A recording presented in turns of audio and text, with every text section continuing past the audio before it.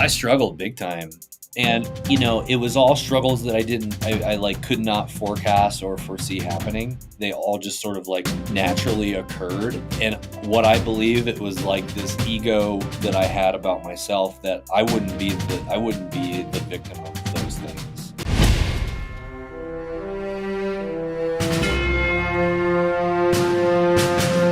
Welcome to Mindset Lessons from the Field. I'm Gina Cazazzo, the author of the upcoming memoir, Training with a Zeal. Today's guest is a retired Army Green Beret who served nearly 11 years with multiple combat deployments to Iraq and Afghanistan. But his mission didn't stop when he took off the uniform. He became a wilderness guide, a mentor, and a healing force for fellow veterans, Gold Star families, and men navigating life's toughest transitions.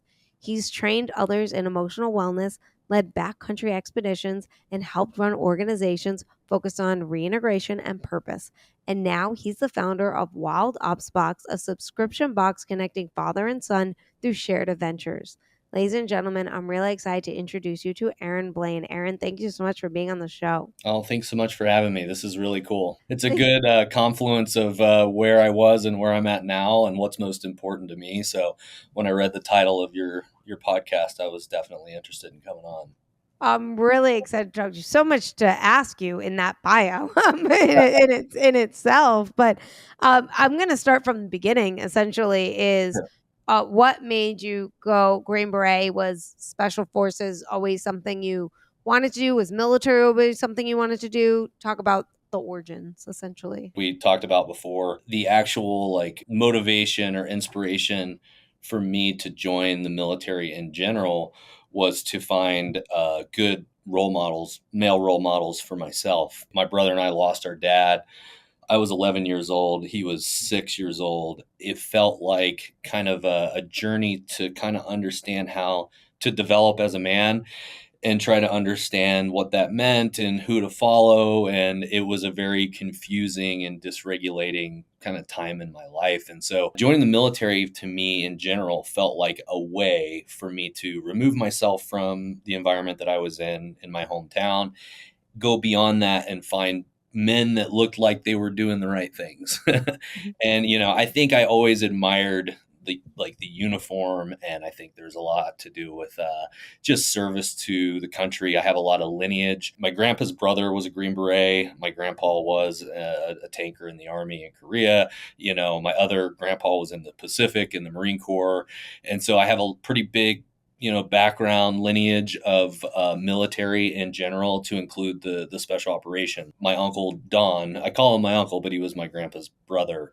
He was a Green Beret, and Aaron Bank was actually his commander, and he had all these pictures of them jumping together. And Aaron Bank is who they named the building after at Fort Bragg, where you go learn language, and he's like the father of special forces. And so it's cool for me that it actually all came together kind of unconsciously for me. I ended up in the special forces because of something that I had always valued, which was just to find the guy who looked like he was doing it right and just go follow him. And I think that can thread throughout the entire story here in our podcast. And my dad was an exceptional man. And so, I grew up having a guy that to me was was my superhero. He did all kinds of things that I don't know typical dads do. He used to bury dinosaurs in the backyard for my brother and I. We spent a lot of time together. We built forts in the woods. And he just was always just a presence that felt great, to have around for my brother and I. And so when I lost him, the bar was pretty high for me. And I just wasn't finding anyone that even came close to the character of my father. And so I think that's what ultimately led me up to the special forces, which was at first I didn't have a ton of confidence. I think growing up without a dad, I think for anybody can be, you can definitely have a problem developing as a young man. I definitely had a lot of maturity issues. My mother took on the load of not having a father, so she worked 2 jobs. My brother and I kind of just raised each other.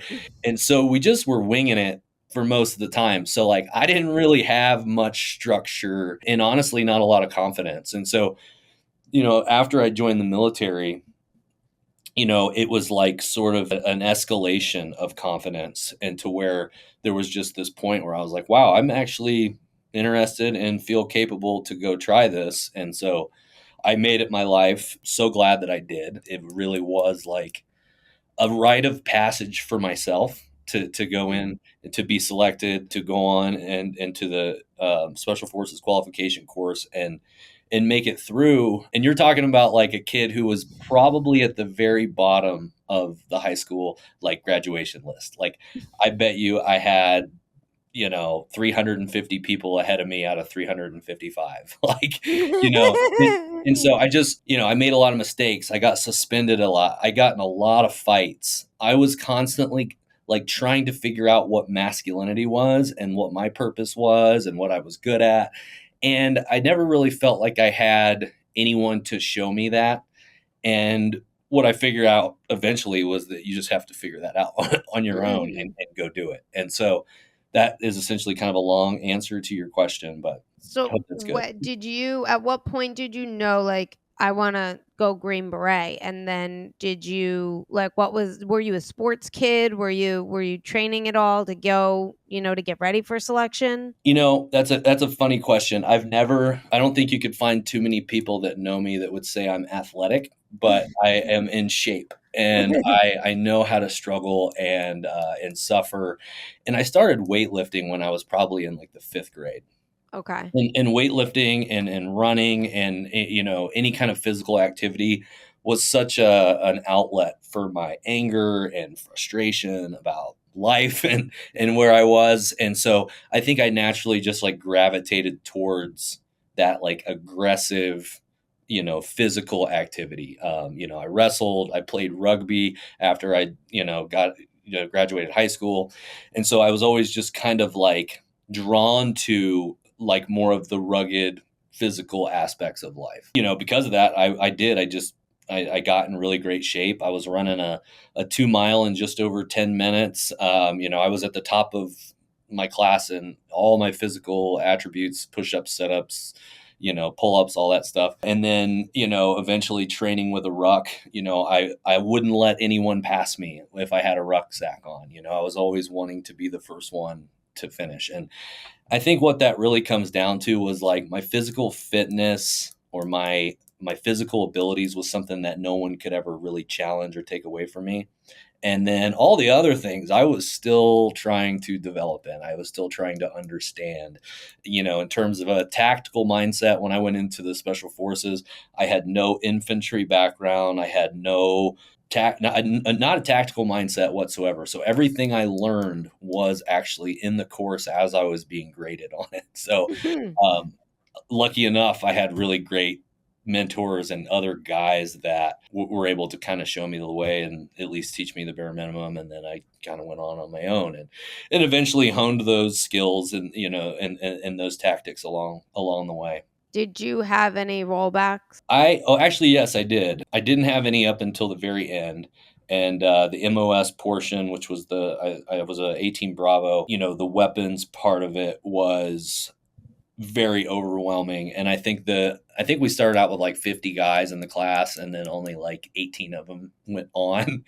And so then we all basically got pushed back a cycle, which really is an interesting thing because it was like this constant threat of like, if I got pushed back again, you're done. Like Yeah.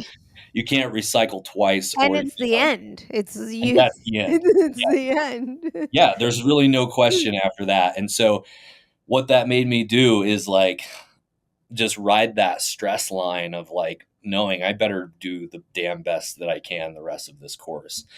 Even through the rest of the course, I had some close moments of, we did mortars and, math is not my, is not my best aspect of education. And so, doing the plotting boards and trying to learn how to essentially drop a mortar somewhere, using just manual tools like a plotting board was very difficult for me. And so I think I got like a 71% and you have to get a 70 to pass.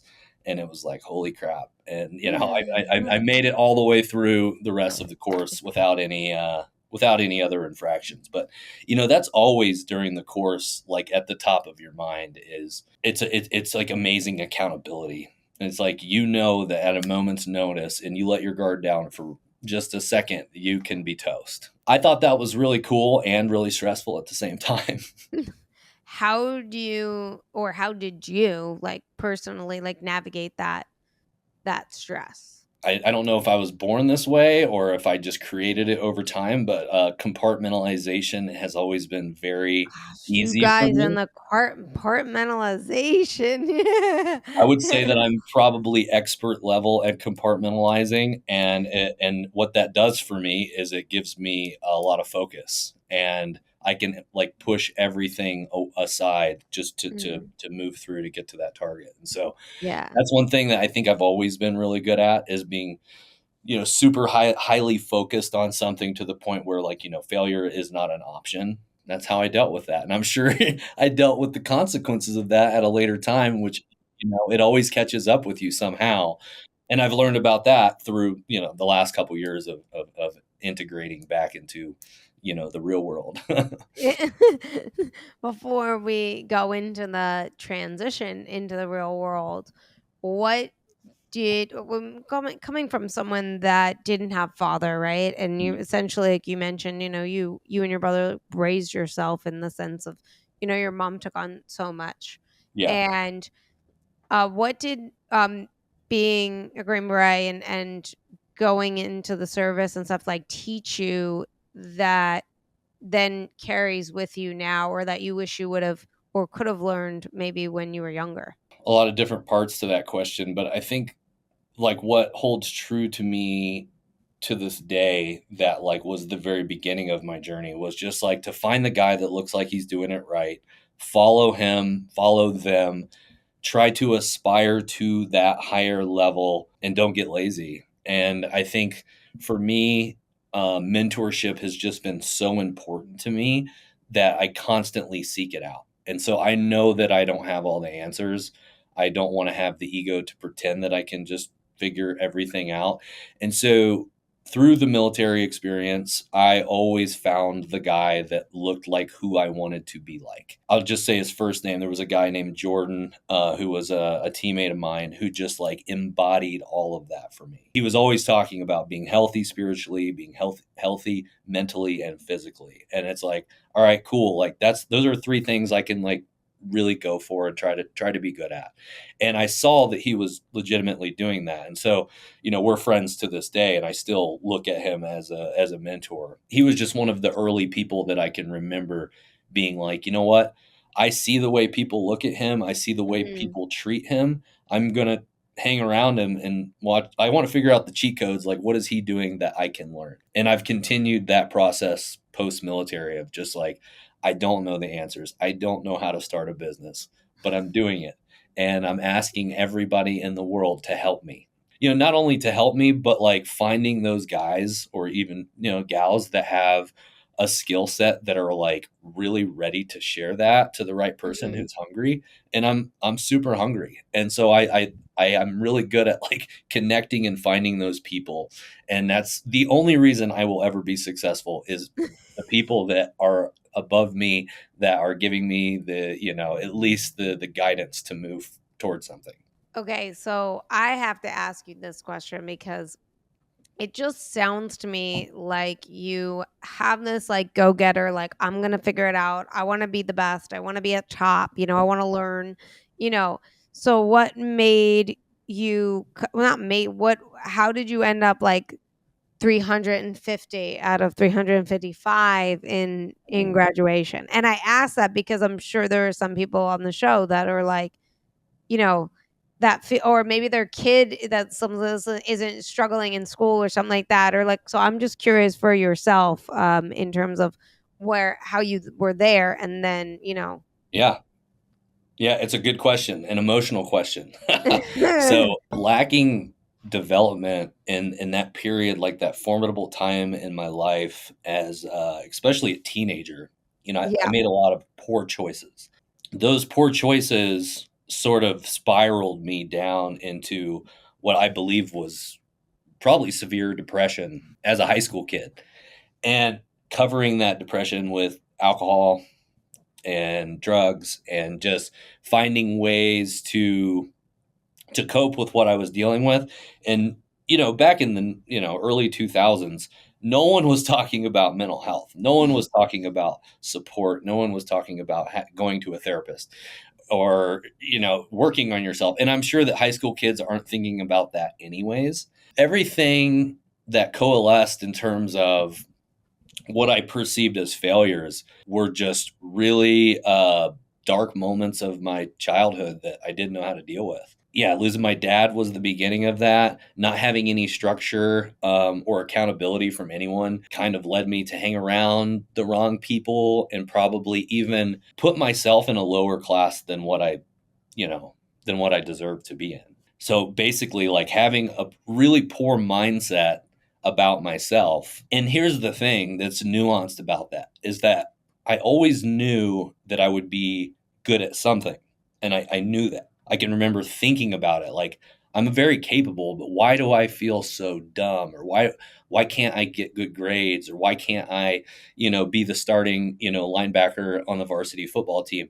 It wasn't because I wasn't capable. It was because of this story that I had in my head that I wasn't good enough. I wasn't good enough. And, you know, one thing that happens that you probably don't hear people talk about is that when you lose your dad, you're sort of not purposefully, but you're cut off from the community in a sense.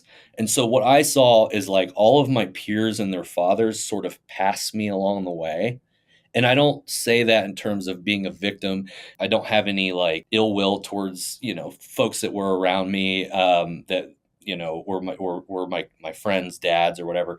But like, I just, and maybe it was a story that I made up, but what it felt like was that everyone just sort of just kept passing me.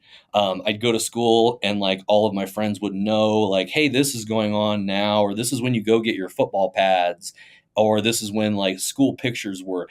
And like having a really busy mom and no dad, I was kind of just like standing around sort of oblivious of what was going on. And Mhm. so that caused me to go even deeper into like confusion and just not knowing like, where am I supposed to be? What am I supposed to be doing?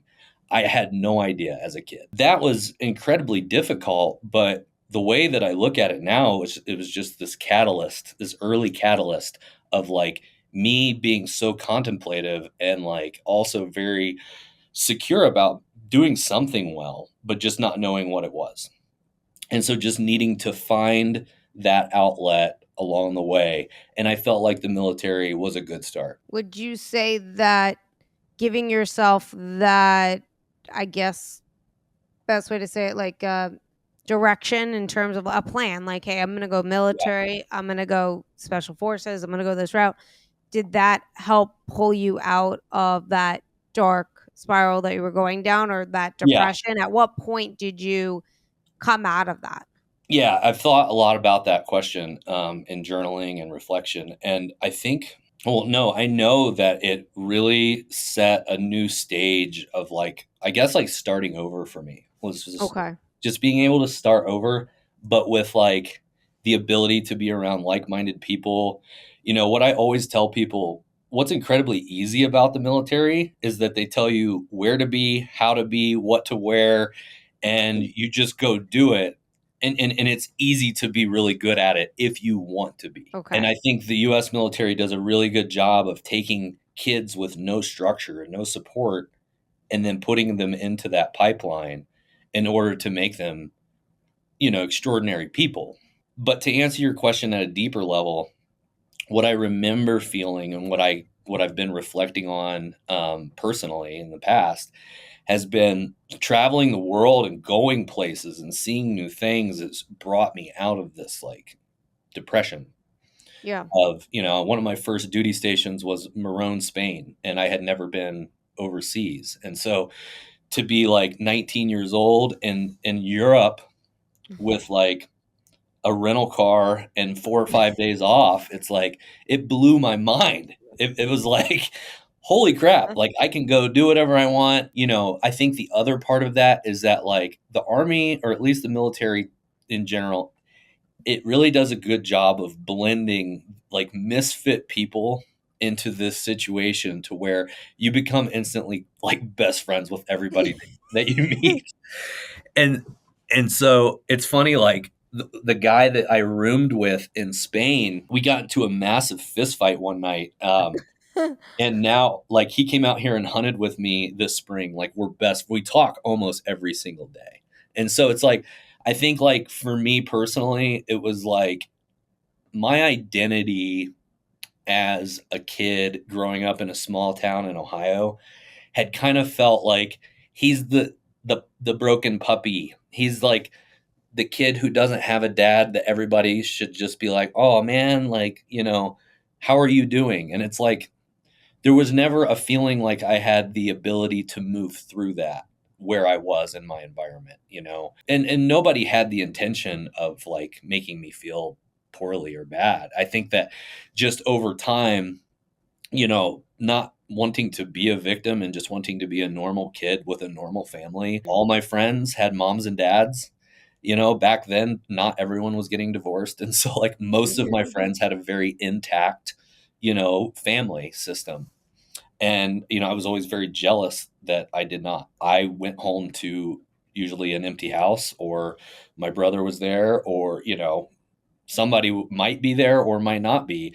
I may be making my own dinner at, 14, 13, 12 years old. It's just a different lifestyle. And I think for me, after tons of reflection and work, I really just, I wanted so badly to be like my friends that I didn't want to express any of what I was going through. I almost led like a double life in a way, because like I was embarrassed that I didn't have like a curfew. Like, so I would just like make up, oh yeah, I have to be at home at 11:32, and then I'm like, actually, no one cares when I come home. I mean, of course, my mom does care, but like there was just so much loose. It was a loose living situation. It was a loose upbringing. My mom, she was trying her best. Yeah. She was working third shift. She was working during the day, and I think back on it, and it's like she was 33 years old when my dad passed, and I'm like, holy crap! Like I was 36 before I even thought about that, and like the reality of like what she was going through. Yeah. And so this isn't to like, nothing against my mom, but it's like it to me it speaks volumes to like a fatherless household in general. No matter where you're at, no matter, what the socioeconomic situation is, there is a lack of development, and then there's a void that essentially is really difficult to fill. So I do wanna ask you a question. I sometimes don't go in order, by the way, based off of what you're saying. So now I feel like this is a perfect time for me to ask you about Wild Ops Box, Yeah. the subscription box that's connecting father and son through shared adventure, because um that I mean, it sounds awesome. Like, it sounds really cool. And, Thank you. and you talked about, you know, that I mean, we've talked the whole like a episode on the fact that, on how this really spiraled into, where you are today and the person that you are, right? Yeah. So, and you mentioned the fatherless household and structure and that needs to happen within a family, right? So, what was the inspiration behind this? Do you have a son? I have two. You have two. Okay. Hey. So do you use this with them? Did you create this Yeah. for them, or did you also create it for like the little boy that went through what? Yeah, all of the above. Yeah, yeah, all of the above. Yeah, so, when I first started to build Wild Ops Box, Mhm. it was more so because I realized that doing these things with my kids worked. That was like the initial inspiration, was like I took my kids into the woods and we built shelters, we built snares and traps for animals, we fished, and it was like once a week, and I promised my oldest son this like 2 summers ago. Every week we'll go do a new skill. Every week we'll go teach another like self-sustaining like survival skill or self-reliance skill or bushcraft or whatever it is.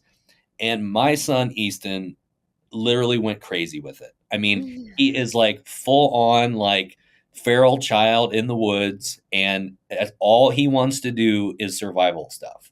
And so because I was able to introduce that into his life, he's a wild kid. and he needs something like that. School doesn't work for him either. Like he's okay at it, but he has serious attention problems. But I'll tell you what, if you put him in the woods and tell him to build a structure, like you'll be able to sleep in it and stay dry, and he will love doing every that was the initial inspiration, was realizing that like this one summer really made me feel immensely connected to my kids. After like 4 or 5 years of me working and grinding all summer long, because I used to guide, I wasn't ever around very much. I was thinking and looking for something to basically make up for lost time and also feel good about being a dad. I realized that like a lot of these skills were skills that I'd learned in the military, but they're also an extension of the stuff that my father and I used to do with my brother. My brother and I used to do with our dad growing up. On a timeline, it's like, yes, I did it for my kids. I realized that it worked. I'm also doing it as a homage to my father, and then like the more deeper part of it is myself as a kid. Yeah, it's so cool. It's a cool like I want to send it to my brother. I mean, my nephew's 3, but Yeah, it's just cool to have that bonded experience where it's beyond.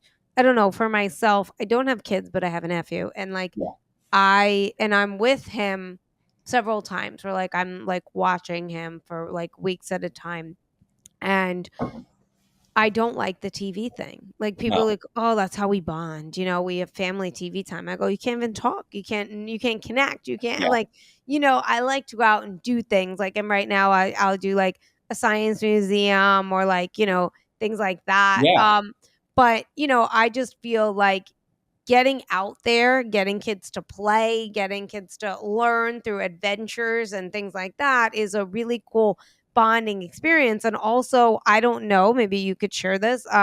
Do you feel like it opens up communication that you wouldn't have outside of that?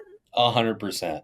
I mean, I could go on about this question for days, but I am fully confident, specifically with boys, but I think it also extends to little girls too. If you put kids in the wild, in the woods, with a task, allow them to do it on their own, I would say that that trumps any sort of educational, system, any course, any class that you're going to take. I think people in general, if you think about it, they don't want to sit in a classroom and learn by looking at a board and listening to a person. They want to learn by doing it. And like I've listened to, several different experts. I don't claim to be myself, but there's a guy, I think his name's like Daniel Schmachenberger. I can't really pronounce his last name, but what he said in one of his podcasts really was interesting to me, and it ties to what we're talking about. And they asked him why does he think his IQ is so high, because he had one of the highest IQs like on the planet. And he said, it's because my parents taught me things. They homeschooled me, they taught me things, and not only did they teach me, but they made me practically apply what they were teaching me every single day. And I think that is what's happening with kids in the woods. That's what's happening with my son as I'm like building a shelter with him, is that he's learning something, and it does open up this like mass portal of connection and communication. They are ready to learn. I mean, they're so intently prepared to do whatever you tell them to do. They're looking for structure. Hmm. And it is so easy to see that it's working, and that's what gave me so much inspiration for the project. And I will tell you that my son's behavior like went through the roof. He became so much more independent and responsible. He decided to start doing his own chores. He has like 4 different yards that he mows, and he cleans up dog poop throughout the whole community. And he's 8 years old, and he's making $500 a week, so like I noticed that like Wow. his development skyrocketed after these skills, after one summer of these skills. And so when I saw that that was the case, when I look at Wild Ops Box, I think about it as a social impact project that happens to be for profit. But like, I don't care if you don't want my product. I want people to want the product, because it's not really the product that's inside the box that's going to support all of these needs and support all of this development. It's a vehicle for the intention for a dad, a mom, a grandpa, an aunt to connect with a child in a really meaningful way and build some like amazing lasting memories. All of my memories with my dad is starting fire, building forts, fishing, and I don't think that's exclusive to a guy who lives in Montana. Like, I think we naturally as humans are wild and want to be outside. And the other part of it is that it teaches so much self-reliance. Like, it's literally teaching kids how to survive and problem solve. And I think that if you teach them that in nature, it just spreads throughout their entire life, and to where they can problem solve, on the computer based on their past confidence of problem solving while building a fort, or, procuring water and sanitizing it, or, preparing game food or whatever it is. It's difficult. You see all these videos of people making these delicious meals in the woods, and it's like, it's actually really difficult to do, no matter how, and it looks beautiful when they do it on Instagram. And I'll tell you, that's nearly impossible. But like anything that you do outside is exceptionally harder than what you'll do inside. And so I think it's just such a high bar to teach. And then the aftermath, or the second, third order effects of that, are that they're going to go into the real world and apply those skills to just everything. I agree with all of that. That I mean, I really want to look into it too for my nephew, because I'm always Yeah. looking for things that are going to, like you talked about, it's great for developing him socially, and also to be ready, like to get those skills for the real world. I see so many times kids. I remember when I was a server years back, and if a kid like looked me in the eye and ordered for themselves, Yeah. I wasn't supposed to do this, but I went and I got them a cookie, and I was like, this is, Yeah. a treat, like I was like, and I would ask the parents, I'm like, hey, like your child like ordered for themselves, which by the way was like rare. I mean, like once like a month or every 3 months did I give, and this is Los Angeles. So it's Yeah. just like, it was a very busy restaurant. Like, we always had different people all the time. And it was really shocking on how many times a kid's face was in the phone, how their parents ordered for them, things like that. And then you just wonder like how they're going to do as they get older when they can't even do that at 8. And I think we're already seeing the effects of that right now. Yeah. And then, on top of that, communication has gone like completely out the window. You can already see that kind of developing into, adulthood, the lack of confidence. Like you said, someone looking you in the eye, or just independently moving through something. We've been having our kids, if they want something and we're at a restaurant, they have to walk up and order it themselves. If there's like Yeah. a counter, if we go to a gas station and my son wants a drink, he has to go pick it out and go buy it himself. I would even go steps further at times where, my son, my 8-year-old, will order for the entire table. He'll order Wow. for me, my wife, and his brother, and so like the more that you can get your kids to, and here's the thing, they're going to mess up, and that's good. I Yeah. think that's the big problem right now, is that people are so scared to screw up, so scared of failure, that they don't even want to attempt anything. And it's really the opposite, where failure is like what propels you forward. I would have never lasted in the special forces if, I was really kind of an anomaly. I shouldn't have really made it through, having the lack of skills and knowledge that I had at the very beginning.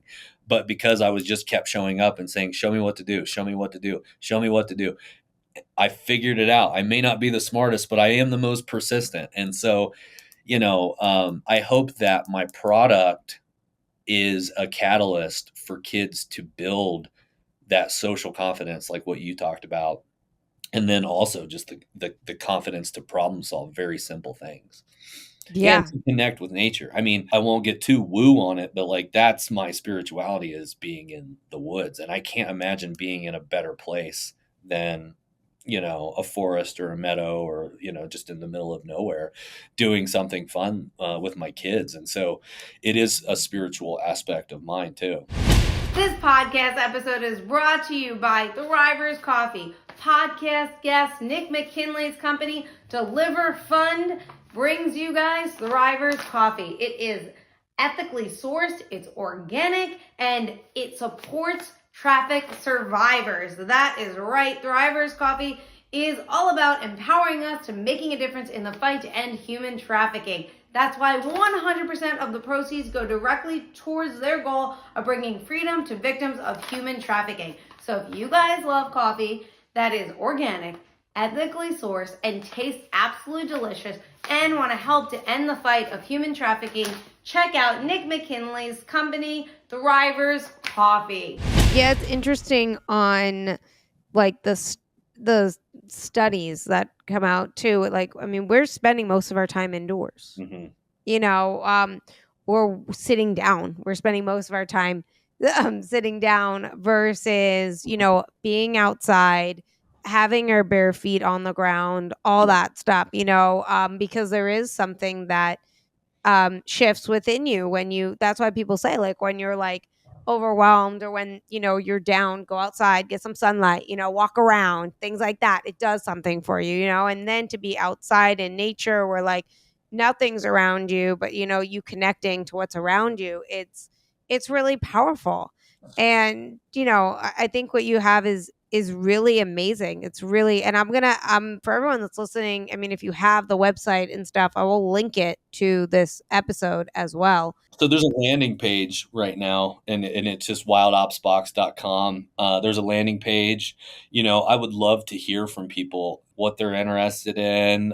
Maybe jump on a waiting list. You know, we're going to hopefully have the website complete and be ready to go to market by like, you know, September at the latest. And so it's been a long process, but the reason that it's been a long process is because I've really taken my time on it. It's something that hasn't died in my spirit at all, and I don't want it to. And I've been part of startups. I've been part of the grind where you're literally just like sacrificing all of your time and energy to get something moving, and it's kind of like building the plane as you fly it. And Oh I just yeah, I'm a queen at that. well, I Yeah. refuse to do that. I'm very stubborn, but at Oh. 40, I've realized I can't do that anymore. And And so I've yeah, just been like building this one day at a yeah, time, 1 hour at a time. And like all of a sudden, it's here. Like we're almost ready to launch. And so that's if awesome. people are interested, they can go to the landing page. It sends a direct message to me. And yeah, ask me anything, you know, request anything. You know, I'd love to hear from dads, especially those that are in like more urban environments of like, how can I support you? What do you want to see in the box? You know, there's a That lot of, was my question, by the way, because we're urban. yeah. Um, you know, Los Angeles, urban. So it's like I, you know, as Mhm. I think about what you're saying, I'm saying to myself, I don't even know where we would even go aside from like the beach where we, you know, or the park or something like that. But you know, it's not like we're going to drive to Big Bear. Mhm. You know, we could, but you know, you know, to be able to just like, hey, we have a, you know, the day to go out, like spontaneous, you know, to go outside, like what in an urban area are things that we could possibly do within this, you know, subscription because it sounds awesome, you know. And my hope is to be able to make sort of like a hybrid product or something even completely separate for urban environments. And listen, it's like what comes in the box is going to be great. However, it's the intrinsic value that I'm basically selling here.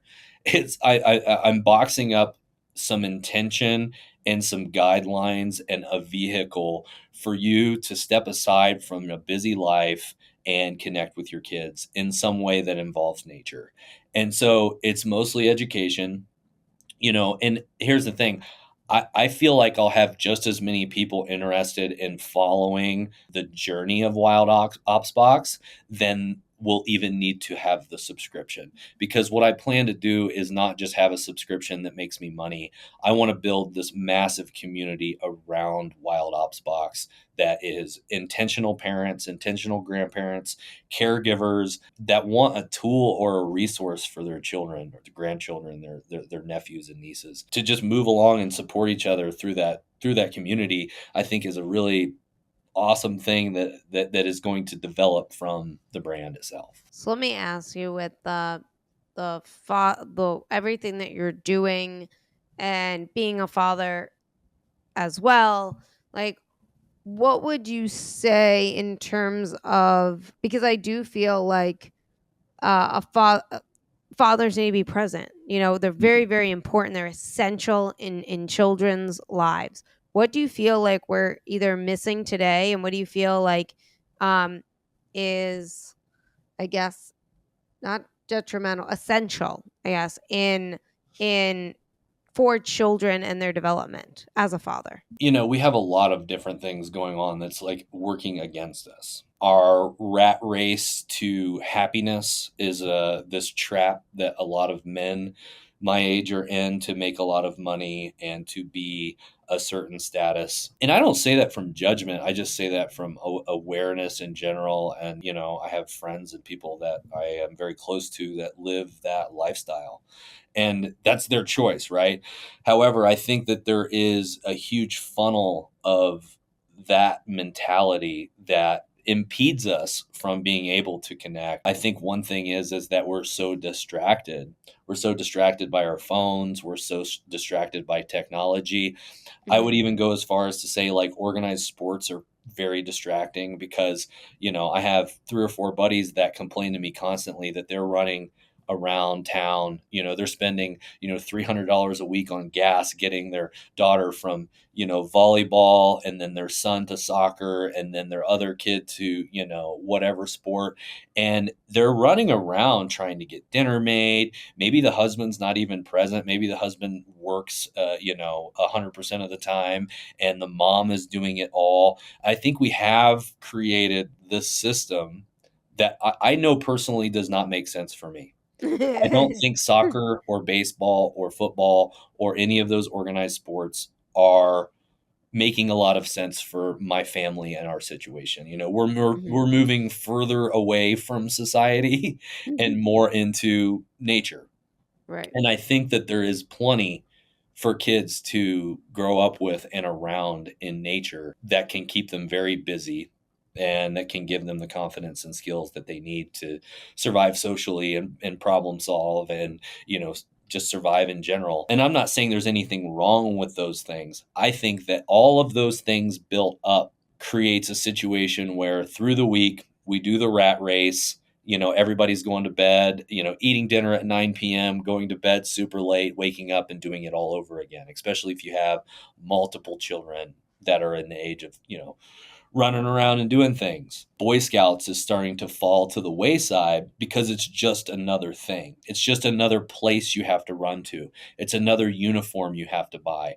It's another situation where you have to go sell popcorn to, make money for it. And I think we are evolving more into this like subscription lifestyle where like you need your own time to do these things. And I think my product is timely in the sense that, a box comes to your house once a month, and then you have the ability to try to figure out when to do that with your kids. And so Mhm. it's about carving that time out intentionally and being present. And I hope, and I honestly believe that it will do this, is that it will give dads, moms, caregivers, whoever, permission to block out that time, because we all have it. And I think we fill it with screens. We fill it with stuff that doesn't really matter to us. And it may not be that obvious to us, but I think when people start to realize, or when dads start to realize that, hey, you know what? It really doesn't take a lot to like build connection and trust with your children. I mean, I work most of the day, and then when I go home, it's just, hey, I'm putting my phone in my glove box of my truck, and I'm just going to spend the rest of my night with my kids. I only get really like an hour and a half to 2 hours total with my kids when I go home from work. I see most dads coming home and, like, rightfully so, being very tired and Mhm. wanting to just go through all of the motions. Okay, let's get bedtime going. Let's get dinner. Let's get, read books if you read books to your kids. Whatever the routine is, it's hurry up, let's get that done so we can start over the next day and get enough rest. And that has been that way in our household But the thing is that I've realized, being like an unconventionally mindseted person, is that it doesn't have to be that way.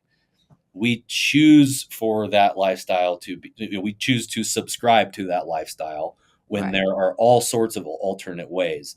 And I think that's the direction that we will evolve into. We'll have to, or we won't survive as a species if we Yeah. don't figure out new ways to carve out presence, time, intention, connection and love with our kids. Because listen, like, AI will take over, but what it doesn't have is the emotional capacity that humans have. It Right. doesn't have the range of creativity that we have. And so I hope, I'm like this optimist. And I mean, if you walk around in my office and talk to everybody else up here, they'll probably have the opposite view. But my optimistic view is that all of what is happening right now with technology and AI forces us to understand that we are just all human beings with the same emotions and the same needs, and to support each other and to raise really great children. And I don't think it's hard to do. I think we just don't have a good playbook. Yeah, I think that, especially with today's age where it's like, two parents usually like need to work. I mean, because Mhm. everything is so high, right? And Yeah. how many parents are sitting down and eating dinner with their kids like these days, I and don't know of anyone really. and that's always so shocking to me. It's like, why are we sitting in front of a TV watching, I mean, eating, where's that connection that we're really missing? Because how do we expect our kids to have that connection when they go out and to be adults when we're not integrating that connection? We're not establishing that connection. We're not allowing them to understand what that connection is. Like my dad did a thing and like Sundays, it was like there was no we had to stay home on Sundays and it was family time, and it was like if you don't have our blood in your veins, you don't come through that door. Yeah. And it was for us to be able to connect and to play with each other and to, and because, Monday through Friday he was working. So it was Yeah. like, Sundays are our days. But you don't really see that much anymore, and that family structure. And my family has a very, very solid structure to this day. We're like, Yeah. we call each other every day, we're talking to each other. It's funny, I said that to someone and they're like, what do you mean? And I'm like, what do you mean? We're connected, we talk all the time, we're like, they're Yeah. just like, oh, and I'm like, when my brother calls because my nephew, like his mom might be going out of town and they need somebody. I live 3,000 miles away. I jump on a plane. I'm like, yeah, we're Yeah. there. It's like, but it's just for me, it's That's important because that connection is just really important. Now, I want to ask you as we're, because I didn't get to ask this question yet, and I really want to ask this as we're getting towards the end of the show. Being that you help men with navigating tough transitions, how was your transition when it was out of the military into civilian life? Yeah, it was a pretty big spectrum of just mostly disaster. So it's like I struggled big time. Okay. And, it was all struggles that I like could not forecast or foresee happening. They all Mhm. just sort of like naturally occurred. And what I believe, it was like this ego that I had about myself, that I wouldn't be the victim of those things. I wouldn't Okay. have to deal with, like, I heard people talked about TBI and PTSD and all these things, and I just, in my mind, that was just not on my radar, Mhm. until it Yeah. was. And I think for me, and I'm not gonna like project on any other stories of veterans, but I think it's fairly common for it to be like sort of this like cascade of situations, starting with like the lack of fulfillment and like the dysregulation of like, okay, you were, however many months ago you were in a team room and you were building something with a great group of guys, and now all of a sudden you're like raking your leaves in your yard, and like you don't even know who to call or who to talk to. And so it is just such an extreme deficit in terms of connection with like-minded people. I Mhm. think for me, realizing that, like, I moved to Bozeman like right when I got off of active duty, and like this was the greatest place in the world, but I still did not know how to make friends.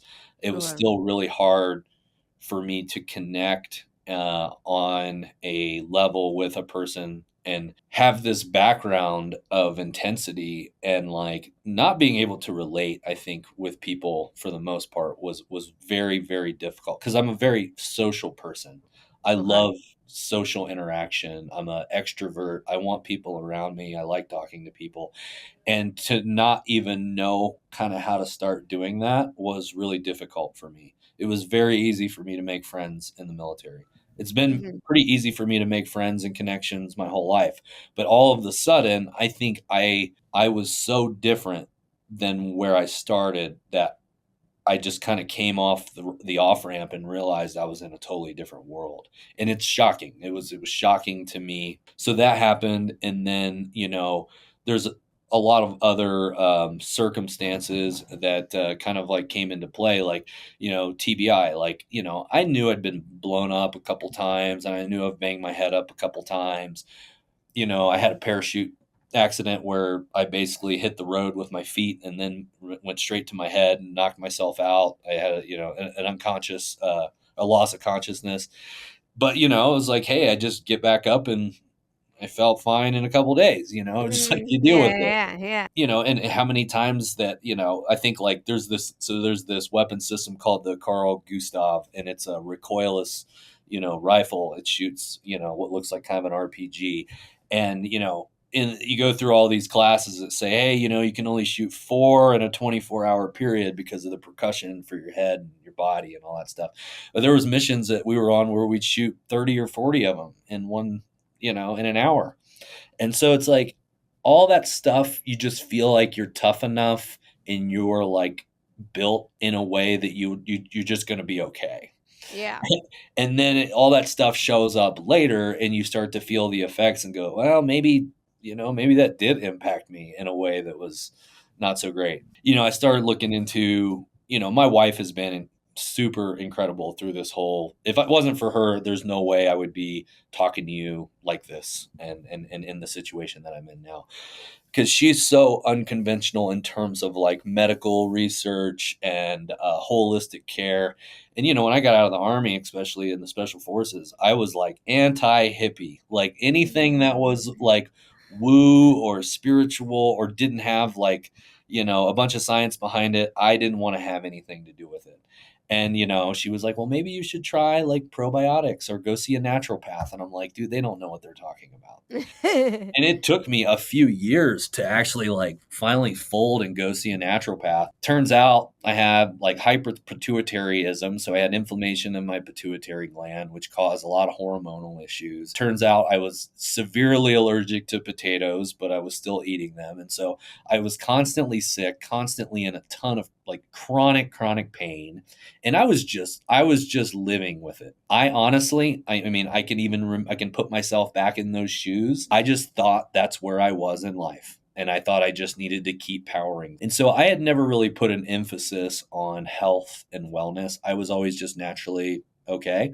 I was physical, but I never really did the other things that you're supposed to do, like Right. eating right and stretching and taking care of yourself in all the different ways. I had a bit of an issue with alcohol coming out of the military that any other alcoholic, I didn't believe I had a problem with alcohol. And looking back on how much I consumed every night was like, holy shit, I can't imagine even having a drink now. Like I'll have a beer every now and then, but it's like I am so far away from that in this moment. So my wife really helped me just kind of like prioritize my health in all these different like holistic ways that I was not open to. And she luckily is like, a formidable woman that has a lot of force behind her that can like say, no, you're going to do this. I finally listened. And since then, I've really been able to start taking care of myself. One thing that happened that's worth talking about is that, I was struggling with the TBI stuff and didn't realize it, and I had a friend from First Special Forces group that was driving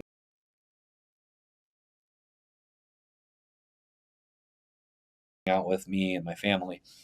And he stayed with us for probably about a week. And I came home from the gym one day and he like had a intervention set up in my living room with like my wife. And it's like, I could tell that like we were going to talk about something. It was like sort of awkward.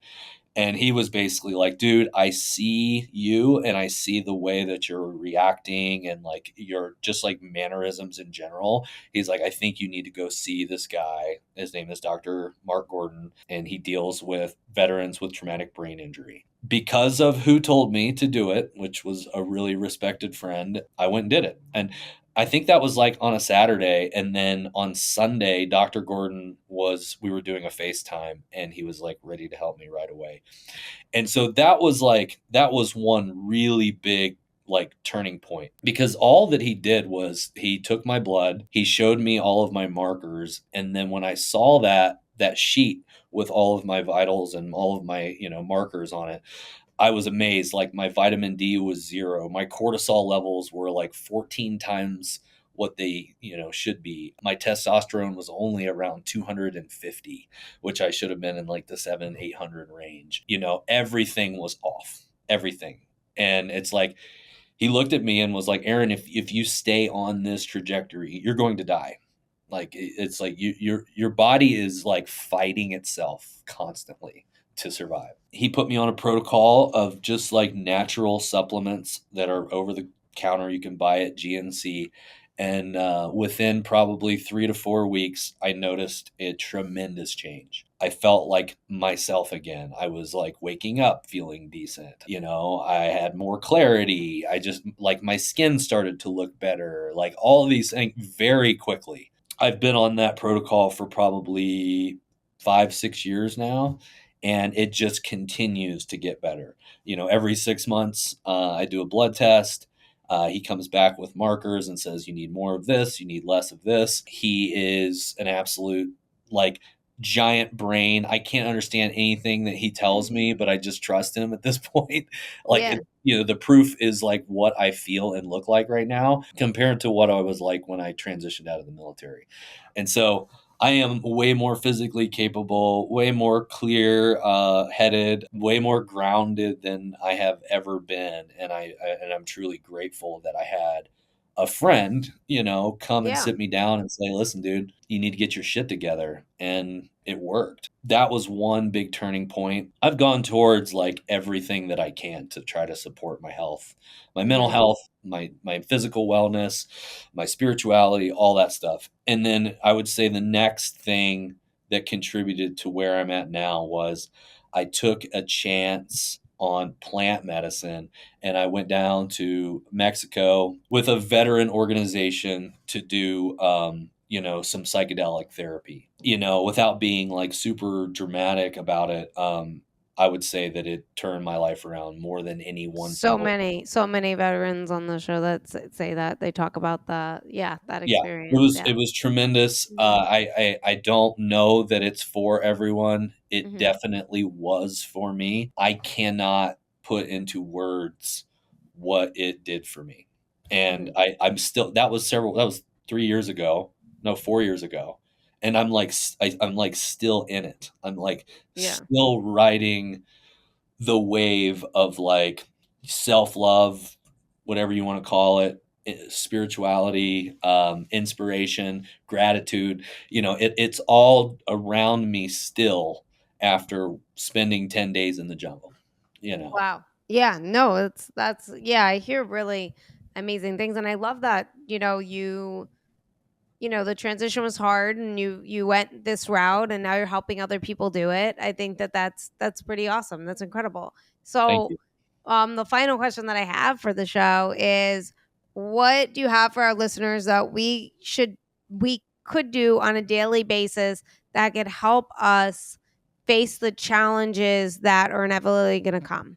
Yeah, that's a great question. Multiple different answers, but the number one thing that I would say has worked for me is to sit down and really come up with what your personal values are. And that's something that you can do in an afternoon or in a day. And then what you can do daily is embody and live those values as good as you can each day. That will set you up for success. And it won't set you up for happiness, but it will set you up for peace. And that is the only thing that I'm chasing these days, because I Mhm. believe that happiness is a total trap. But in terms of being able to consciously sit down and say, what is a value of mine and why?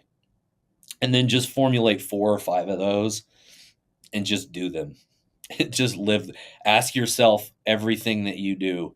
Am I living by this value? Am I sacrificing this value? Or am I grappling with this value? And like really sit with it and try to understand it and then sharpen that over time. Our values are up on the refrigerator. We have personal values at home, and then we have family values. And we can always point up to those things with the kids, and they came up with them. That's what's even better, is when you can empower, and if people are listening that have kids, empower your kids to come up with their own values and then hold them accountable for the things that they come up with. They don't care about yours. And I don't care about anybody else's. I just care about mine. Yeah, that's amazing. Thank you so much. You were incredible. I really enjoyed talking with you. Thank you so much for being on the show. Yeah, thank you for having me. I love what you're doing, and yeah, I'd love to stay in touch. So thanks for having me. Definitely. Thank you. And everyone that's listening, please like, share, comment, subscribe, become a Substack member. It's really fun over there. We got some podcast chapters that only our Substack members get. And I'll see you guys all next Wednesday. Thank you so much.